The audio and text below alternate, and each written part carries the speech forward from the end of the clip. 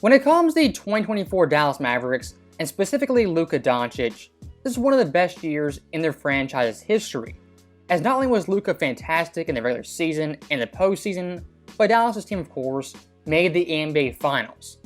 And heading to the Finals versus Boston, they were kind of the hot, trendy pick to upset the Celtics. Now, unfortunately in this series, it didn't happen, and really after Game 2 of the Finals was kind of a snooze fest. But here's the fascinating thing. A lot of the analysts who picked Dallas, instead of acknowledging their pick was wrong, they're now turning on Luka Doncic, as well as Kyrie Irving.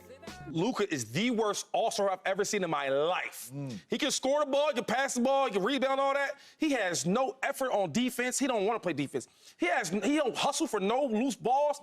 He don't hustle for no loose rebounds. He has no type of urgency of playing solid basketball. And I will not let my son, right, that wants to be a basketball player, I mean, he wants to, but I will not let him watch his tape because I don't want you to learn from a superstar like that.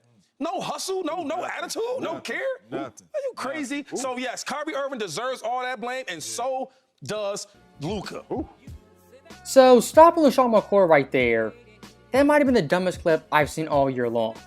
And for a guy like LaShawn, who picked the Mavs to win, Luka to be the MVP, him pulling a 180 like this, switching up so fast, so abruptly, it's downright disgraceful.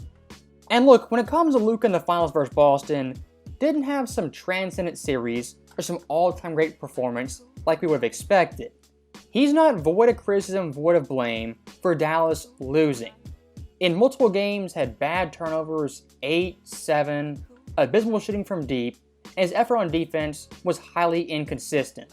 And when it comes to Luka's overall ranking as a player, the series really didn't change my mind about anything. Coming into the series, I had him firmly as a top 3 player in the NBA. As don't forget, for the entire playoffs, led in points, rebounds, assists, and steals, the first player in league history to lead in all those categories. I mean, for some historical context, Luka at 25, averaged 28, 8, and 8, and made the Finals. In league history, just players in general, only LeBron, Jokic, and himself had put up those numbers en route to the Finals. And most importantly, Dallas in the West beat 3 straight 50-win teams, who versus most of them, they were the underdogs. A team like Boston, they were the favorites, supposed to get there, and supposed to win. If Boston lost this final series, it would be an utter failure and a complete disaster. If Dallas lost, it's still disappointing, but you're playing with house money, weren't supposed to be there, and you're a 5th seed. And let's not forget Luka versus Oklahoma City and Minnesota. He balled out in both those series to get Dallas to this point, averaging 28 points, 10 boards, 9 assists on 46-41 and 79 splits. Both Oklahoma City and Minnesota, they weren't just the favorites, but they were both top 4 defenses. And if you want to contrast those series versus the Finals, Luka's overall numbers in the Finals are pretty damn similar. But what changed was the role players and supporting cast. As when it came to the Western Conference playoffs, Kyrie the majority of times would step up. Guys like PJ, Derrick Jones Jr., Lively, even Gafford give you big-time contributions nearly every game. But versus Boston, their great defense, they simply didn't come through. And that's one underrated aspect of this Finals. I don't think Dallas per se lost or choked. Boston just won because on both ends, they're the better overall team. And I think in about 5 years, 10 years time, you're going to look at the 24 Celtics as the best defensive teams in league history. As 1 through 5, Derek White, Drew Holiday, Tatum, Brown, Horford, and then Porzingis. Those guys defensively really have no weakness. And when you're throwing all those bodies, all those defenders, those versatile defenders at Luka Doncic, he's going to wear down with time due to the offensive burden he's carrying. As looking at his first half scoring, 18.2 points per game, on pace for an historic series. But in the second half, dipped way down to nearly 10 points per game. And looking at those stats, some might say Luka, well, that's clear proof he's fat, out of shape, and just not healthy. But then again, versus Minnesota, he was great in the first halves as well as the second halves. I don't think in a 2-week time period Luka Doncic became so out of shape, so lethargic, that he cost his team a championship in the Finals. What I think obviously happened is at Boston, they're the best matchup for Dallas and a better defensive team than Minnesota, as was OKC. And looking at their role players, in both those series, they stepped up. Versus Boston, they simply didn't. And when speaking about championship teams, yes, the star players have really high expectations. But those role players, the 3 through 6, those guys the majority of times put you over the top to win a championship. And looking at Luka's overall numbers, points generated off passing.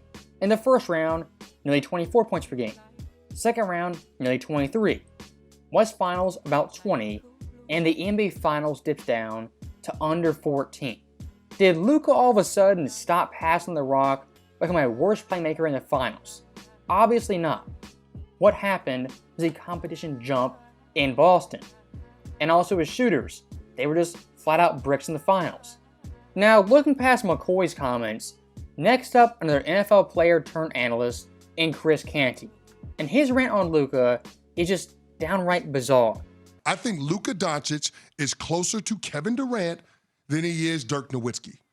And I bring that up because the Mavs stayed the course with Dirk Nowitzki. They had the failure. They got to the finals. Didn't work out. They were able to get back there eventually, and they beat LeBron James and Ev's Miami Heat. They got that done. But we never questioned Dirk Nowitzki's work ethic. We never questioned his commitment to trying to improve his body and his game in order to contend in the championship rounds.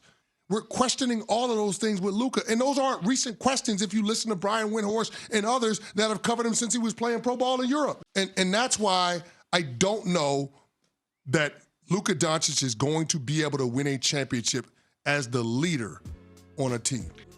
So, stopping that garbage right there, saying Luka's closer to KD than Dirk really isn't the insult that he thinks it is.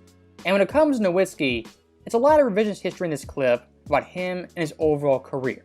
As looking at Nowitzki pre-2011, he got the most crap, the most hate out of any superstar in the 2000s besides Kobe. As the narrative on Dirk is that he was soft, a choker, a weak European who'd never win. And if it wasn't for that one championship run in 2011, that all-time great run, the narrative on Dirk's career will be much, much different. And that's why making definitive statements about Luka Doncic, his career, just don't make sense historically speaking. As guys like Dirk, KG, a lot of older players, they get championships after years of struggling and not winning. And for Luka already, he's made it NBA Finals at 25 years old. And using just pure common sense, looking at past champions the past 4 years, a lot of these guys disproved the media when they said he couldn't win. Of course, Tatum in 2024, called a choker, said he wouldn't win, and then he won at 26. Joker 23, a soft Euro, plays no defense, he won't win. Well, he won at 28. Steph in 22, oh, the Warriors dynasty's over, it's not happening. He's 34 years old now and exiting his prime. Well, got his 4th ring. And then the Greek Freak in 21, he's not a closer, he's robbing, all that nonsense talk, and he won a championship at 27. If we're going to make definitive statements about Luka Doncic at 25, I have a feeling by the late 2020s, they're going to age pretty poorly. And again, the benefit for Luka, he's only 25. When he's 28 in his early 30s, be a much smarter player, well-rounded player, and is a better player overall. So Luka losing this finals, while it does hurt, it's not some, oh, he'll never win, he won't get back here, he's toast. It's not one of those series, those moments, at least in my mind. So when looking at guys like Sean McCoy, Chris Canty, guys who picked Dallas to win, why they're upset lashing out at Luka is in the series, they picked Dallas to win. And of course, when Luka loses, they look stupid. At the end of the day, that's really all this is. Two loudmouths spouting off is the guy they picked to win the championship didn't come through, or at least his team didn't come through. Because again, Luka in the finals had a pretty good series. So that right there is the end of the video. As always, thank you guys for watching, hope you enjoyed it. I'll see you next time.